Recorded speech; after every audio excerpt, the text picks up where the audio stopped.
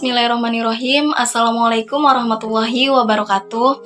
Nama saya Roisatul Latifah dari kelompok 1 yang beranggotakan Dini Farah Nabila, Elin Lailan Prihatini, dan Azhari Indah Sabrina. Di sini kami akan menyampaikan materi yang berjudul Konsep Dasar Pengelolaan Lingkungan Belajar Pengembangan Anak Usia Dini. Baik, langsung saja saya akan menjelaskan mengenai definisi pengelolaan lingkungan belajar.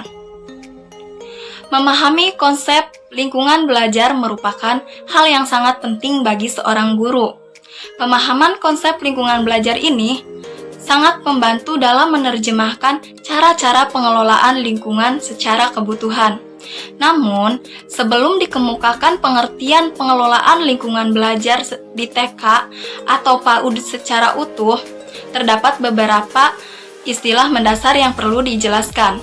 Istilah-istilah tersebut diantaranya yang pertama yaitu pengelolaan, yang kedua lingkungan, dan yang ketiga belajar. Nah, ketiga istilah tersebut adalah kata kunci untuk memahami konsep pengelolaan dimaksud secara utuh dan menyeluruh. Adapun istilah pengelolaan merupakan terjemahan dari kata manajemen. Berasal dari kata manage yang berarti mengatur, melaksanakan, mengelola, mengendalikan, dan memperlakukan.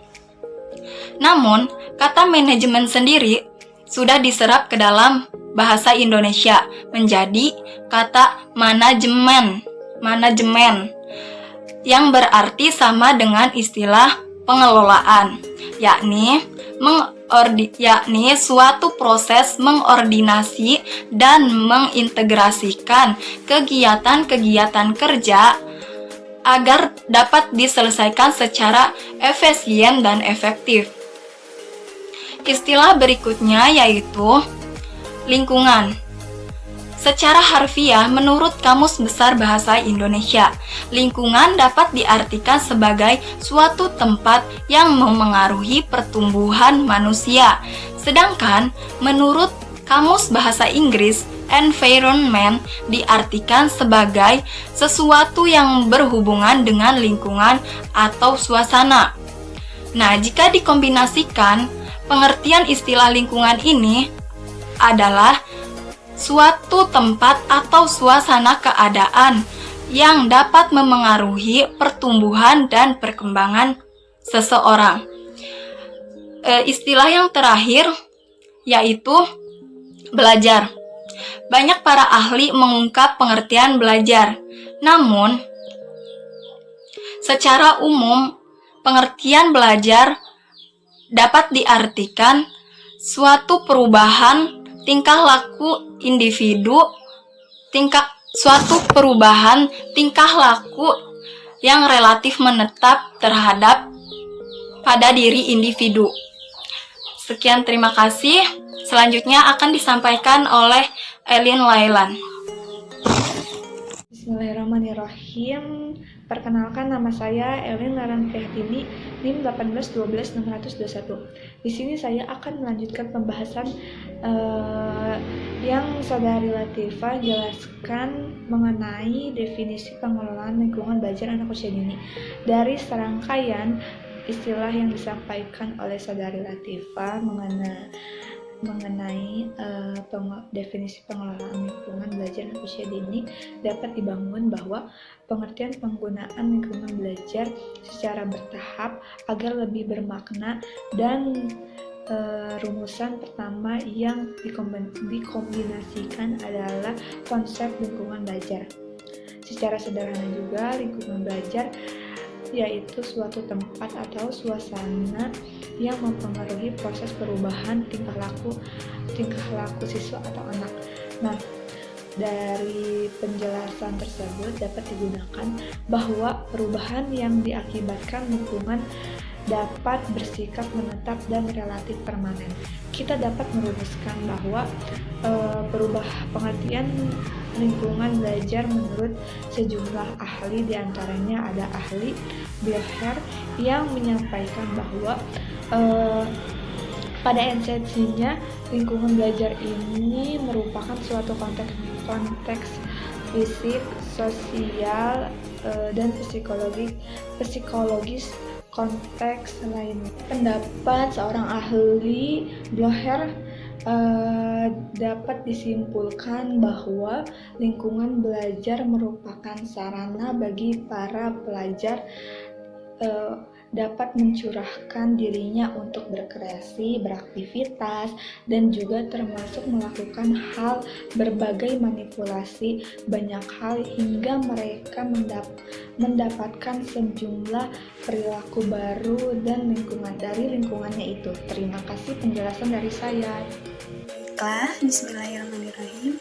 Izinkan saya memperkenalkan diri. Nama Dini Nabila, NIM 1812655. Saya akan menjelaskan materi tentang tujuan pengelolaan lingkungan belajar.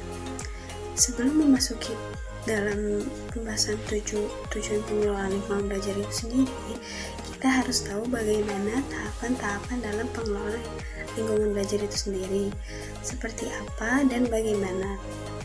Nah, tahapan dalam pengelolaan lingkungan belajar itu sendiri yaitu pengelolaan lingkungan pada area bermain outdoor perlu diperhatikan guna untuk melihat perkembangan anak. Dan dalam tahapan-tahapan pengelolaan lingkungan belajar ada beberapa fungsi manajemen yang dikemukakan oleh Fayol pada tahun 1916. Ia mengemukakan bahwa ada 4 fungsi dalam kegiatan manajemen. Yang pertama itu ada merencanakan atau planning, yang kedua itu pengorganisasian atau organizing, dan yang ketiga itu ada memimpin atau commanding, yang keempat itu ada evaluasi atau evaluation.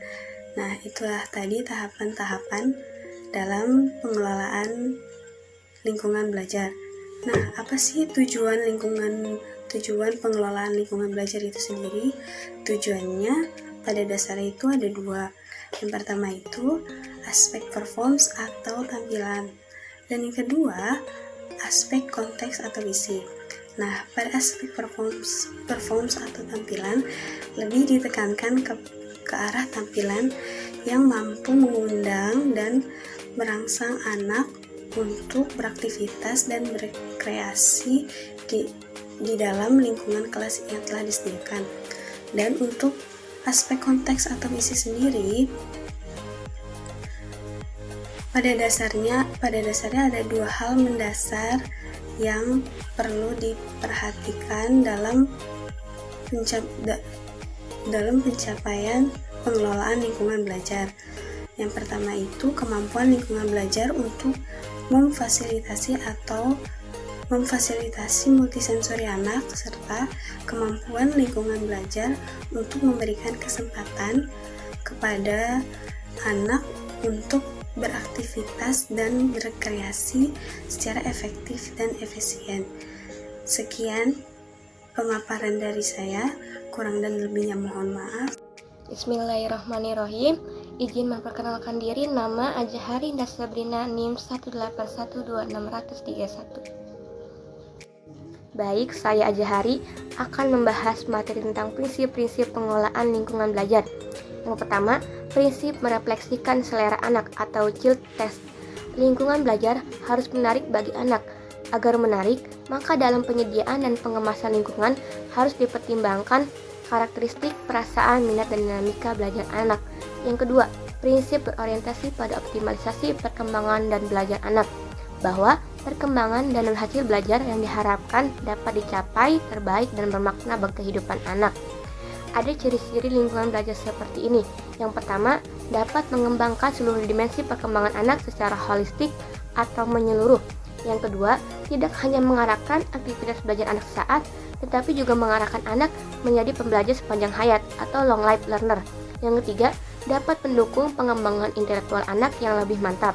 Yang keempat, secara akademik, lingkungan belajar yang diciptakan dapat mengembangkan kemampuan dasar akademik. Yang kelima, dapat menciptakan suasana aktivitas belajar anak yang nyaman, aman, menyenangkan, dan lebih alamiah. Yang keenam, mengarahkan pengorganisasian pesan-pesan pembelajaran, baik yang bernuansa kognitif, afektif, maupun psikomotorik. Yang ketiga, prinsip berpijak pada efisiensi pembelajaran, bahwa upaya yang dilakukan oleh guru dalam menciptakan lingkungan belajar yang dapat mewujudkan efisiensi atau penghematan dalam proses pembelajaran. Sekian dari kelompok kami, kurang lebihnya mohon maaf. Wassalamualaikum warahmatullahi wabarakatuh.